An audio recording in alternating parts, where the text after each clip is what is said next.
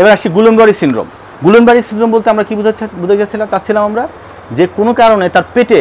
ক্যাম্পেলোব্যাক্টেরিয়াল বা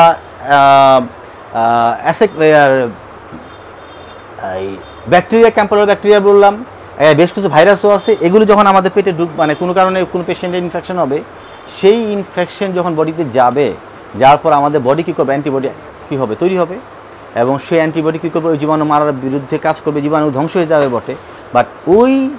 অ্যান্টিবডিগুলো আমাদের Schwann sell, যেটা বললাম যে মাইলিন শিটকে কী করবে, আক্রমণ করবে এবং পেরিফেরাল নার্ভাস সিস্টেম ড্যামেজ করবে, যার ফলে হঠাৎ করে 10-12 দিন পর একটা পেশেন্ট ভালো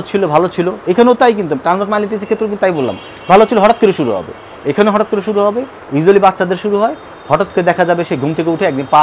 নিচে ফেলতে পারতেছে না, পা এরকম কাঁপতেছে, সে দাঁড়াতে পারতেছে না, বসে পড়তেছে, হাঁটতে পারতেছে না, এবং কখনো কখনো এটা দ্রুত আরও অবনতি হতে থাকে, আস্তে আস্তে আপার লিম তার এই চোয়ালের মাসেল, এই sternocleidomastoid muscle, chest muscle, respiratory distress হয়ে হার্ট ডায়াফ্রাম ইনভলভ হয়ে রোগীর সঙ্গে সঙ্গে মারাও যেতে পারে। এত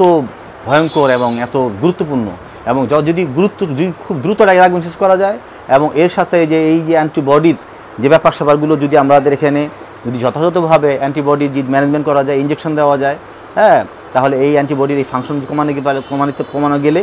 যদি একটু ব্যয়বহুল, আলহামদুলিল্লাহ পেশেন্ট একদম পুরোপুরি সুস্থ হয়। এরকম অনেক উদাহরণ আমরা নিজেরাও দেখছি, অনেক পেশেন্ট আমরা দেখেছি, ভালো হয়ে যায়। তাহলে লক্ষণ কী থাকবে, যে পেশেন্ট বাচ্চাটা বা 12, 13, 14, 15 বছর এই বয়সে বেশি হয়, হঠাৎ করে হবে, 2 পা অবশ হয়ে যাবে, পায়ে জোর পাবে না, পা কাঁপবে, খুবই ক্লান্ত বোধ করবে এবং আস্তে আস্তে উপর দিকে উঠতে থাকবে।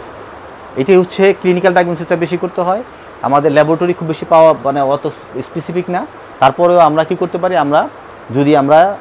সিএসএফ যদি করি, সেখানে কিছু ফাইন্ডিংস দেখে আমরা বলতে পারবো যে এটা গুলেনবারি সিনড্রোম। তবে ইউজুয়ালি ক্লিনিক্যালি আমাদের ডায়াগনোসিস করতে হবে। এই গুলেনবারি সিনড্রোমের চিকিৎসাও আমাদের ফিজিওথেরাপি ম্যানেজমেন্ট অল ওভার একটা ব্যাখ্যা দেওয়া হয়েছে, আমরা সেটা